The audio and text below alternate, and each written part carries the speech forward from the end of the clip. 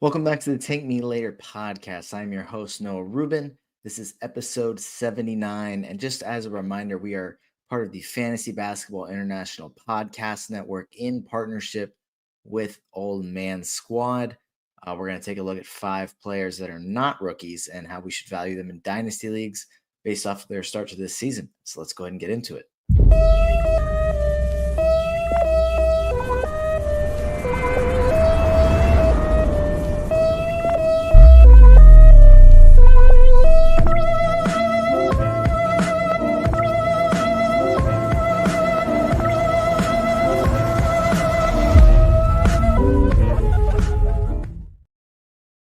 And just as a quick reminder, before I get started talking about these 5 players, you can find all my work and any other posts I make on Twitter at NoahRubin22. As I start talking about this first guy, which shouldn't be a surprise to anybody that I like him. And I guess it's just kind of the general stance of Fantasy Basketball International to love this guy, and that's Dyson Daniels. So, as a quick little plug here, I also write about fantasy basketball for NBC Sports / Roto World. I did an in-depth dive into Dyson Daniels last week and his start to the season. We were very high on him before the year, and he has been excellent to start this season. And there's still plenty of room for growth. So if you want to see that full article, you can check that out at NBCSports.com, going to the Roto World page, the fantasy basketball page, and it should be in there. And then another guy that we'll talk about here in a minute, I'll have a column coming out in a similar style tomorrow. So that's pretty exciting as well. And hopefully people like that kind of content because it's going to be coming. But we'll go ahead and start talking about Dyson Daniels. So when I wrote this column last week, he was averaging 12.5 points, 4 rebounds, 2.5 assists, 2.2 steals, 0.7 blocks, and 1.3 threes. He's now at 12.8 points, 4.4 rebounds, 2.4 assists, 3.3 steals, 0.8 blocks, 1.1 threes. He literally, since I wrote this column, has 17 total steals in 3 games. Otherworldly numbers. And then on top of just getting the steals, he's also getting just a ton of deflections as well. So I was trying to pull up this number here. This is a tweet from The Lead that he has, 30 steals this season. If that number lines up, then that number lines up. And then they have, which the next 2 in, I guess, the league leaders is Jalen Williams and Jason Tatum, who each have 18. And then as far as deflections, and keep in mind, this is in 9 games, he has 66 deflections. Next is Nikola Jokic with 40, and then Alex Caruso with 35. So he's been unreal on the defensive end, which, not necessarily surprising if you had been keeping up with him in limited fashion when he was with the Pelicans.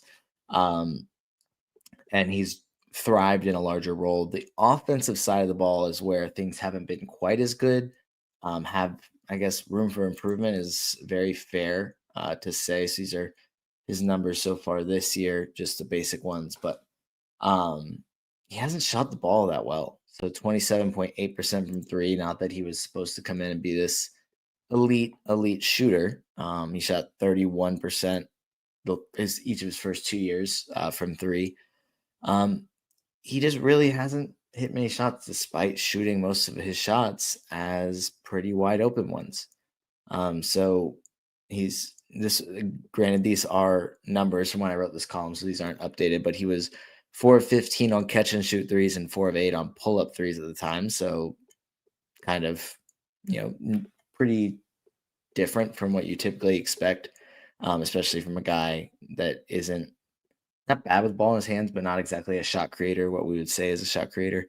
But I think the looks that he's getting are good looks, and having Trae Young and Jalen Johnson find him obviously makes things easier. I expect not that he'll start shooting 40% from 3, but he'll up that percentage a little bit.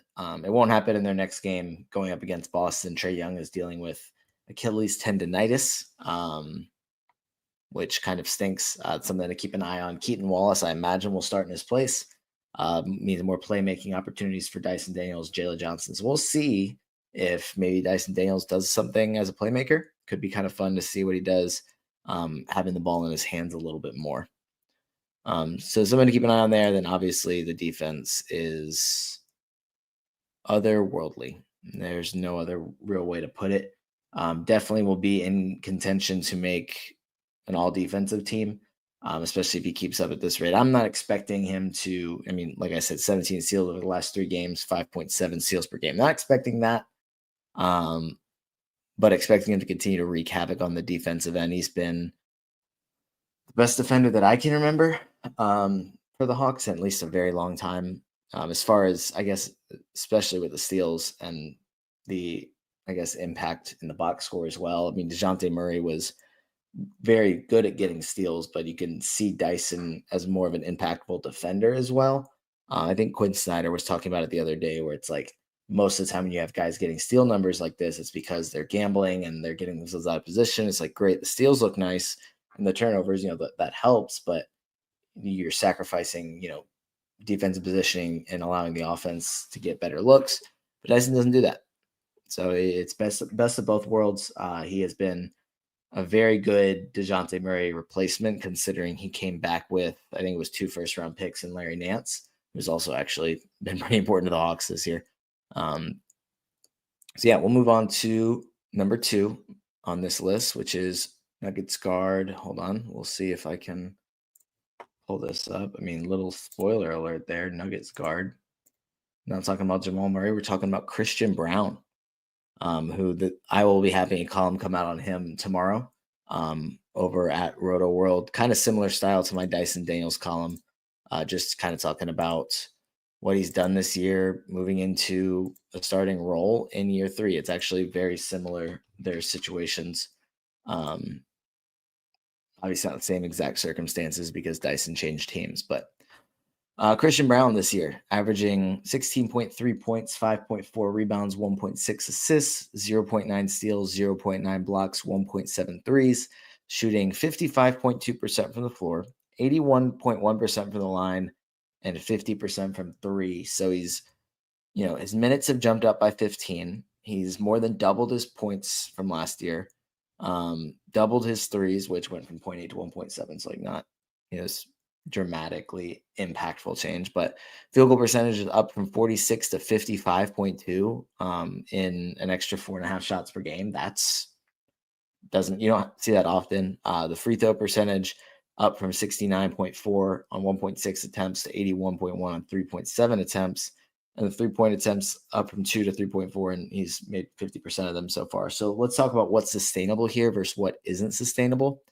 And I think the main thing that sticks out to me is 50% from 3. As a guy that shot 38% last year, I think it's not like he's, I don't know, this awful shooter that's having this really hot start where it's like, yeah, regression's 100% coming. I just don't see him as a 50% 3-point shooter, which is, I think, very fair, and it's not a knock on him. But watching through some of his shot attempts today, he gets such open looks, and it's a combination of him knowing how to move without the ball and playing alongside Jokic. So I think that was kind of heading into this season. I didn't really think, like this guy's this dynasty buy low that you have to get in on now because he's about to turn into a superstar or a fantasy star. But I was like, okay, like I think he's going to have a good year in redraft leagues. This guy had taken the later rounds.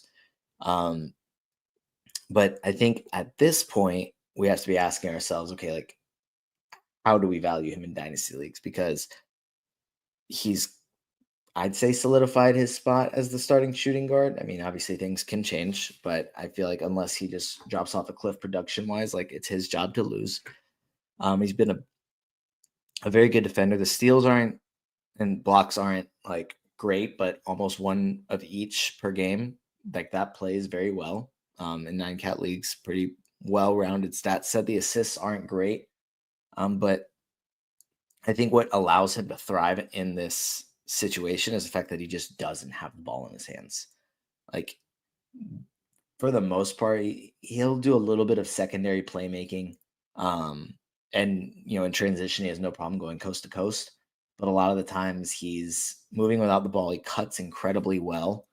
So just a couple numbers that again will be featured in the column tomorrow.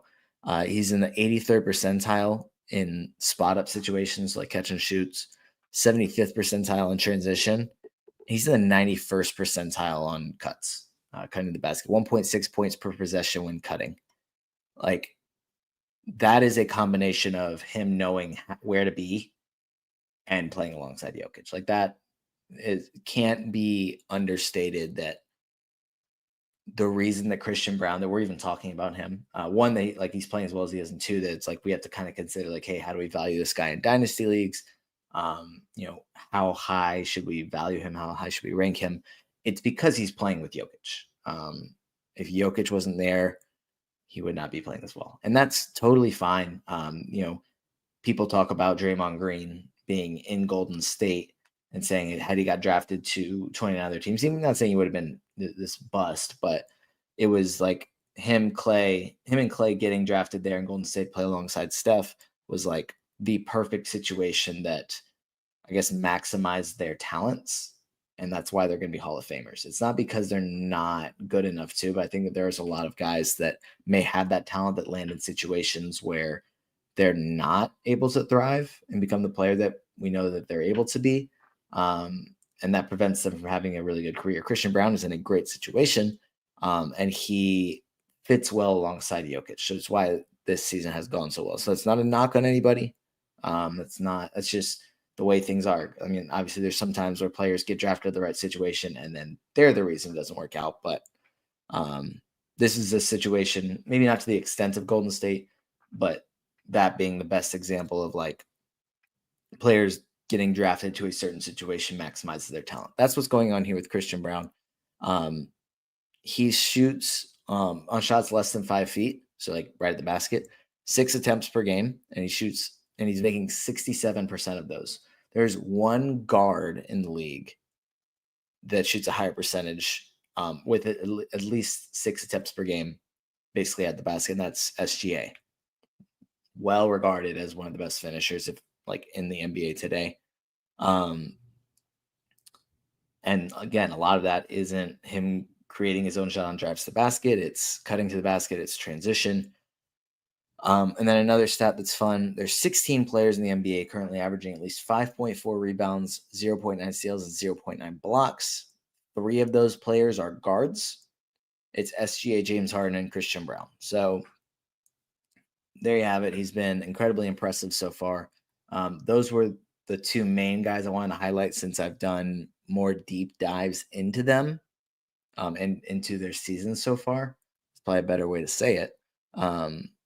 And now we'll talk about 3 other guys that, I won't have quite as in-depth of an analysis on, but we'll still take a look at because there's still definitely some stuff to look at. The next one we'll look at is Grady Dick, who I considered writing about for this next column instead of Christian Brown, but he's cooled off a tad the last couple games, so I opted to talk about Christian Brown. But Grady Dick in year 2 is averaging 19 points, 2.4 rebounds, 2.3 assists, 1.1 steals, half a block, 2.5 threes, shooting 46% from the floor, 89% from the free throw line. I think there was a lot of questions about him. Struggled in summer league, which I think he's not the type of player that you're going to stick on a summer league team, especially one like they had where they had a lot of guys that weren't, I guess, future, guys that were playing to make the roster that year. There wasn't many of them on that summer league team. So he struggled. He's not the type of guy that you're going to stick on a team of, I guess, where he's the main guy and is really the main guy that's playing at that level. That is kind of the centerpiece. And he's just going to go out there and dominate, especially coming off just 1 year at Kansas. And then he was okay as a rookie. He wasn't great. He had some moments, especially later in the year when the team kind of pulled the plug on the season. And then early this year, Emmanuel Quickley's out, Scotty Barnes is out, but RJ Barrett's been there. He's been out a little bit, but Grady Dick has been starting since day one. He had a stretch where he had at least 20 points in, I think it looks like 5 out of 6 games. But what was impressive to me, because like we know he can shoot, we know he can score. He had some good steals numbers in those games. So he went 3-1-2-3 with steals in a 4-game stretch while scoring at least 20 in all of those. So not a guy that we're gonna, count on for a ton of defensive production. Like his money makers are gonna be the points, the threes, the free throws, not turning the ball over because he doesn't have it a ton. Um, but the assist numbers have been, 2.3 per game. It's not anything that you're like, oh, this is great. It's gonna really help me, but could be worse. But if he can stay at around a steal per game, that'll make him a lot more valuable in category leagues. The last 3 games, he's had 1 steal total, so not ideal. We'll see if he can get back on track against the Bucks on Tuesday. But again, most of this is going to be points and threes. I think when this team is healthy, a lineup of Quickly, Grady, RJ Barrett, Scotty Barnes, Jakob Poeltl, like that's a competitive lineup. Now, obviously, it's not a contending lineup, and their priority is, more long term than short term. But that's not a bad thing for fantasy because that means a lot of shots and a lot of minutes for Grady Dick. So pretty happy with how he started this season. Yeah, I don't think there's really much more we could say at this point, because he's been kind of what we expected, maybe a little bit here and there that maybe we didn't expect. I don't think that he's going to, I guess, be a significantly better scorer than this. I mean, 19 points per game. I think that'll kind of decrease as the season goes on, maybe close to like 17 points per game. And maybe at some point of his career, he can get over that, over 20 per game. But I don't expect him to just like see what he's doing now. And then over the next couple of years, like continue to just grow into like the 25 point per game score, or to be considerably better in any of the other categories. And as of right now, he's 77th on Basketball Monster. Like that's really, really good, especially a guy that was drafted late lottery, wasn't considered like a high value dynasty player, after like in his draft class. But he's been pretty good. So shout out to Grady Dick. All right, next one we got here, more of an under the radar guy, a former second rounder. We have Brandon Boston Jr., who's been filling in for the very depleted Pelicans rotation. He's still starting again tonight. Actually, since we're doing this live, let me pull up and see exactly how he's doing right now. He is 0 for 1 shooting, with 2 rebounds, 3 assists, 2 fouls in 9 minutes. Still early in the second quarter. Trey Murphy, it's his first game back. But Brandon Boston's still starting. Is Jeremiah Robinson Earl that got pushed to the bench. They're saying Zion's going to be out at least 4 to 6 weeks. Herb Jones is out. CJ McCollum's out. DeJounte Murray's out. So, yeah, there's a lot of minutes for a lot of guys at this point. Brandon Boston has been one of them heading into this game. He had scored at least 14 in 5 straight, and he started their last 3, averaged 20 points, 2 threes, 4 assists in those games. 1.3 steals as well. So, I mean, I remember he used to be like I guess no, he wasn't. Now I'm mixing up with the Money Bates, but he was a highly regarded scoring option. I think he was, because he went to Norcross in Georgia at first, then transferred to Sierra Canyon, and then I can't remember if it was 1 or 2 years at Kentucky. I feel like he was supposed to come out after 1 year, but then ended up staying a second one. Now I want to check that while I'm talking about him. But a guy that was seen as like a professional scorer, and that's basically what he was going to do. And that's what he's shown us the last couple of games. Let me see. Now it's bothering me. No, just 1 year at college. Okay, my bad. Maybe there's people saying that he should have stayed for a second one because his first year went significantly worse than I think most of us were expecting it to. But the added in the steals, the rebounds, assists, like those are things that I would never expect from him. So it's been good to see that, making over 50% of his shots. He's a top 100 player in 9 cat right now on Basketball Monster. And I think my big overarching message here is to sell high. He's 23 years old. I think this stretch has allowed him to prove like, hey, I think I'm a rotation player in this league. If you need an electric bench scorer, come give me a contract. And I think that's, totally fine. And he'll have some big games when and this might be what he does is he fills in for a few games while the starters are hurt and he has some big scoring nights and everybody's like, oh, like, why is he not starting somewhere? Maybe he earns a big contract somewhere if he continues to play well this year, but I'm not buying the long term, I mean, he's averaging 12 points, 13 points a game this season. Like, I think that's not impossible if he's given the minutes. So, if he ends up on a tanking team instead of, well, I mean, Pelicans could end up being a tanking team if they continue to get hurt this year, but a bunch of different situations and scenarios can change how a player produces in the short term. But I think long term, like I'm not banking on any team saying, okay, yeah, Brandon Boston Jr. is going to be our starting shooting guard or small forward as we try and compete for a championship. So he may be able to find minutes here and there in different situations in different places, but I would say like try and sell somebody in your league on, hey, this 23-year-old is really stepping up, like former 5-star prospect, played at Kentucky, like he slipped in the draft because he had a bad college year, but he's really, really good. I would, and then try and sell high, like pitch it like that. He's a very talented scorer, and if I mean, hopefully he doesn't have just this absolute terrible game. Because right now I think he's still scoreless. When I said 0 of 1, yeah, 0 of 1 scoreless. So I mean, Brandon Ingram's taken 14 shots already. Goodness gracious. So yeah, hopefully he'll end up having a pretty good game here, and then you're able to sell high. But definitely don't bank on Brandon Boston Jr. as a long-term, save the franchise option here. All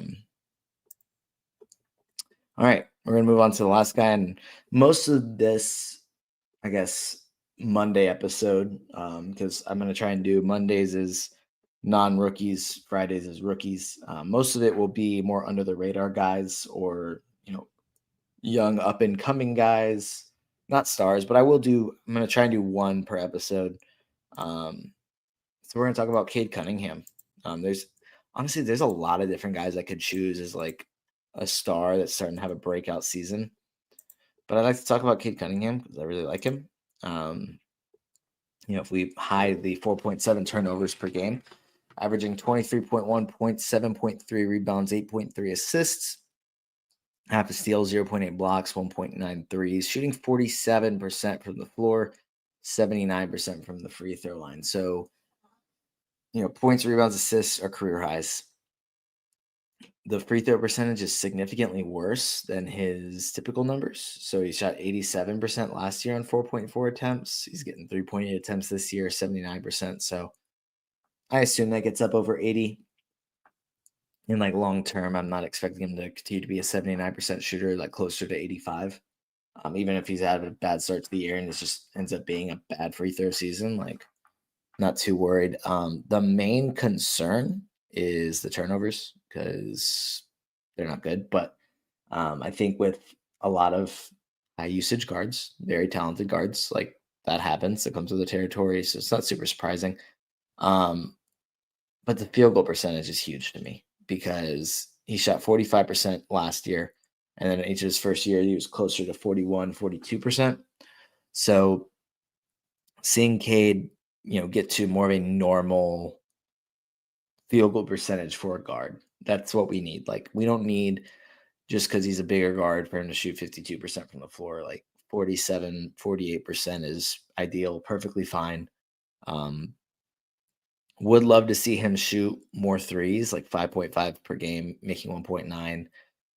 I think he's a very good shooter. I mean, 35% is an elite number, but I would like to see him get a few more attempts per game. And I think that if the coaches agree and make him shoot more threes, then we'll see more makes there. But Last game he had 26, 8, 9. Before that, he had 3 straight triple doubles. Like, he's been very good this year, but I think he's really starting to figure out how to play point guard in the NBA, which is very fun to see. I had him as a top 10 dynasty prospect for a while, and I think last 2 years have just like slowly bumped him down by like a slot or two without fully giving up. Because I think even if I really like a guy, you just need to be honest with evaluations in the sense that it's not all projection and it's also what they're doing. And if you're playing Dynasty, you're trying to win. If the way you value players in Dynasty is I value them or rank them by how much they'll help me win the next 5 championships, or if you extend that number, say the next 10 championships, like Kade's obviously among the elite, but at times last year, he wasn't necessarily helping you win the next year. And it was easy to see that, okay, like Detroit, they have been very bad. Like, is this enough for them to turn it around by next year? Like, or is it going to be 2 years of, Cade's dealing with a minor injury, but we're kind of tanking now. Like, let's take that. So I think that's a reason to knock him down, but it's not anymore because he's been fantastic. I'm just going to utilize Basketball Monsters punt tool real quick and just see where he would be ranked if we're punting turnovers. He would be 25th with a turnover, just a simple turnover. So in 8 cat leagues, 25th. So yeah, I think Kade should be considered at least a borderline top 10 player in Dynasty leagues. And as far as how we should value him, still incredibly young, incredibly bright future. Hopefully Detroit can figure it out enough that they'll be good enough or close enough, I guess, to the playoff race in the standings that Kade can be considered for the All-Star game this year. Because I think as long as they're not just abysmal again, 30, 40 games in, not early on, that Kade should be playing his first All-Star game. So that's kind of fun to see. All right. That's going to do it for this episode of the Tank Me Later podcast. Actually, I'm just going to throw up Couch Head's comments in here. This show would have been so much more fun with basketball fun, not ruined by the Chet news. Yeah, Chet out. I think it's a reevaluation in 8 to 10 weeks, and then it might be longer than that. So that stinks. But what is fun, because they don't have Isaiah Hartenstein or, the other Jalen Williams number 2, J. Will, if you will. Oh my goodness. They're starting all guards. So it's SGA, Isaiah Joe, Aaron Wiggins, Lou Dort, Jalen Williams, J-Dub. So that's a lot of fun. I'm excited to tune in and see on that. And then bringing back a Dyson Daniels comment. I love Daniels. I'd probably consider him in the first round of Dynasty draft today. Man, am I scared the Hawks will try to man, I think you're trying to up his value there so you can get Lowry from me in Rhett's Roundball Rhetoric League. But I respect it. It's not going to work, but I respect it. But no, I'm not worried about Bogdan or DeAndre Hunter cutting into his minutes. He was a starter when everyone was healthy at the beginning. Though I don't blame you for not trusting the Hawks as like the coaching staff or front office because, yeah, I don't think they've necessarily earned it. But that's going to do it for this episode of the Tank Me Later podcast. As I said, you can follow me at NoRubin22. Yeah, that's going to do it for this episode. I will talk to you guys again on Friday where we can talk about some rookies. You just listened to another episode from the Fantasy Basketball International Podcast Network. Thanks for joining us. And for more information about joining our community, please check out our website at fbibasketball.com.